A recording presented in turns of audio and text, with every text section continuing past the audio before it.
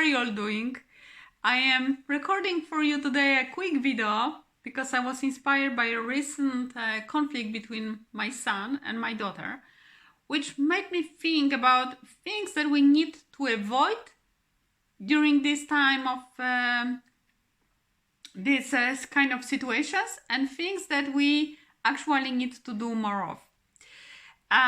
So just for the beginning, before I step into the example, we definitely need to step away from punishing one of them or two of them, judging, shaming, comparing, telling them, oh, your brother would never do this, or how you dare to treat him like this, you are bad sister, good sisters don't behave like this, and so on. We need to make sure that we don't do these kind of things, because actually very often when there are conflicts between them, what happens is that there are certain emotions, certain thoughts behind this, maybe certain unfulfilled needs, that if we punish or judge them, it will actually perpetuate this behavior, because they will feel even worse. Lots of times they behave this way because maybe they feel not loved, maybe they feel not important. There is always emotion behind this behavior. So by punishing and judging them, we are actually causing them to feel even worse, and in the end, very soon, they will repeat the same behavior.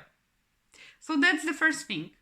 The second thing is that we need to avoid stepping in with our own solution, because these kind of situations are opportunities for our children to actually put their creative abilities online, to learn about how they can resolve conflicts on their own. So we don't need to step in straight away, especially that before they resolve the conflict, what is needed is release of their feelings, release of the emotions, and they need someone to be there for them, to listen to them, to create safe environment for them, to actually express what's going on for them. And only then maybe they will create their own solution. And again, I will give you examples so you will know what I'm talking about. So recently, my daughter had a conflict with my son because of the fact that she has hidden his pencil case somewhere in my wardrobe, and my son got really upset because he had homework to do. He's going to secondary school now, so he's very busy with his homework, and he got obviously very upset. And when he got upset, my daughter started crying, and she went upstairs to her room and she started crying. So what I did, I followed her, because I know that there are there is some parenting advice every now and then that we need to leave them alone for them to think about it and reflect on about it, which for me completely doesn't make sense in this situation, because they need someone to listen to them. They need safe space to express their emotions. So what I did, I went to her and I just said, I see you're very upset. I see that you need space to cry, and that's totally okay. And if you need to tell me what's really happened, if you're ready, I'm here for you. You're safe to express to me what happened. And she continued crying, and she kept expressing what was going on. At some stage she said that she doesn't feel loved by her brother anymore. She feels insignificant, unworthy of her brother playing with her, because she loves playing with him. They usually play a lot, but recently he was very busy because he started at school, so they didn't play much. And she started feeling that she's insignificant for him, that she's not connected with him anymore. And one of the basic needs is this feeling of belonging. Yeah, normally they would play a lot. She would feel that she belongs, but they didn't play much anymore. And she said, he doesn't, I try to initiate play, but he doesn't play with me anymore. And I feel like I'm unworthy, I'm not important. So she kept crying, expressing. After a while, she actually started feeling so much better. That's because I allowed her to cry. And that's something that I also want to tell you about. I am now studying to become a parenting instructor, where one of the basic assumptions is that we need to allow our children to cry, because it helps them to release the feelings that are pent up in their body. So it's very, very important to create this space for them to cry. So she cried, and after a while, her face has brightened up. She felt so much better. And only then, when I saw that she already expressed what she needed to express, she felt better. I said, but in non-judgmental way. I didn't ask why, because when you use the word why, it sounds judgmental. So I said, what made you actually hide his pencil case? And she said, mommy, I thought that if I hide this pencil case, that I will grab his attention and he will want to play with me, because sometimes that's how they play. They put some objects around the house and they search for them. So she thought that when she does that, he will actually start looking for it and they will play again. That's what she wanted. So can you see? She didn't really have bad intentions. She wanted to play with him. Of course, her brother got upset because he needed to do his homework and he has a lot of pressure to do homework on time.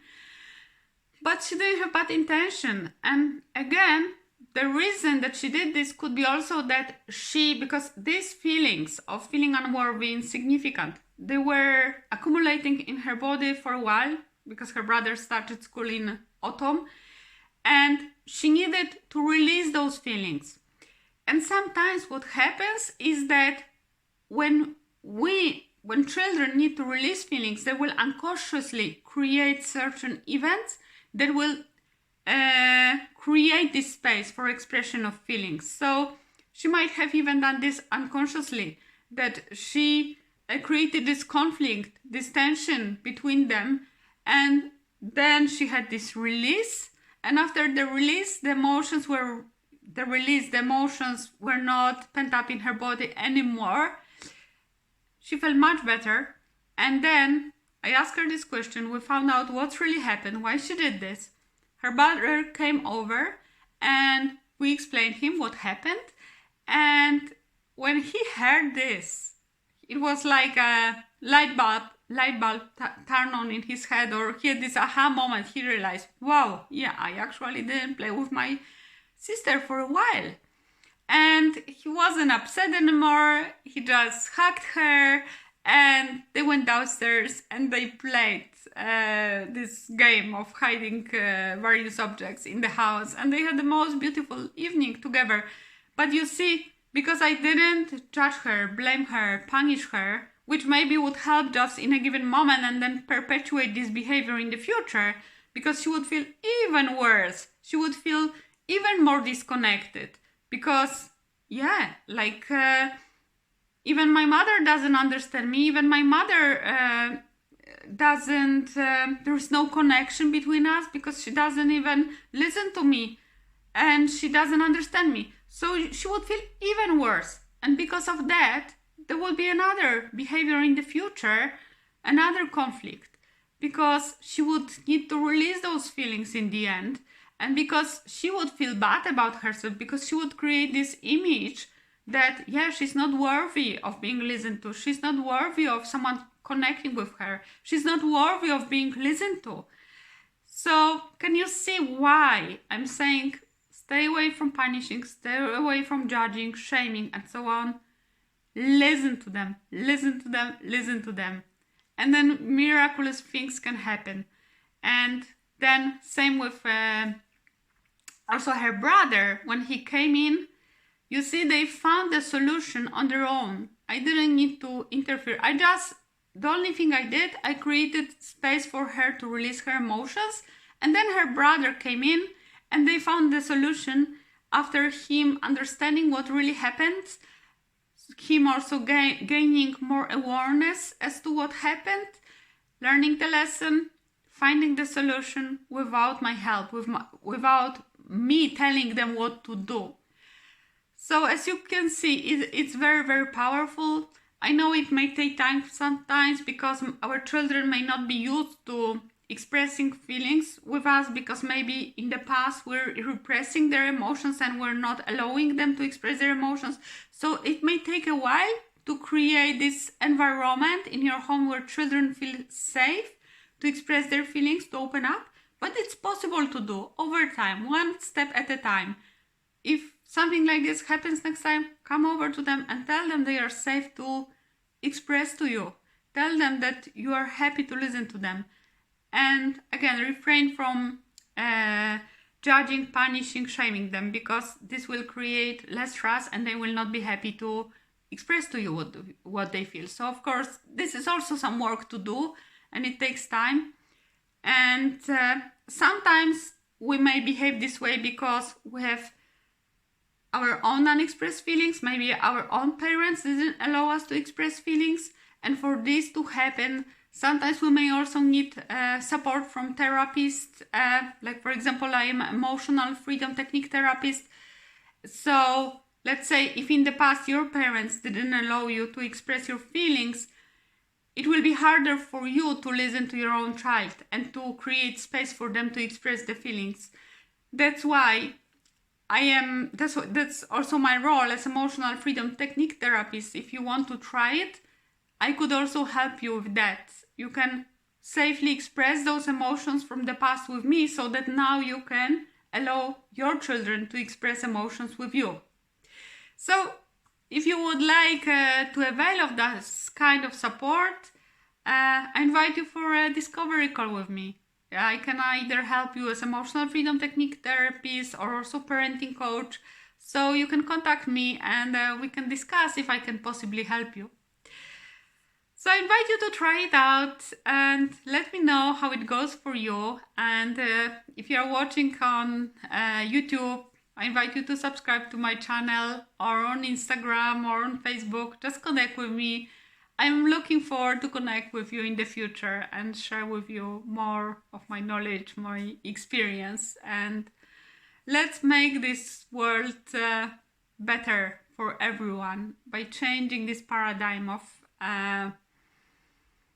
from punishment, shaming, blaming, to actually listening, to understanding, creating safe space so that everyone feels safe to express who they are, to express what's going on for them. Because then when they do this and we understand them, that's when we can create solutions. So wishing you all the best and looking forward to connect with you soon again. Thank you.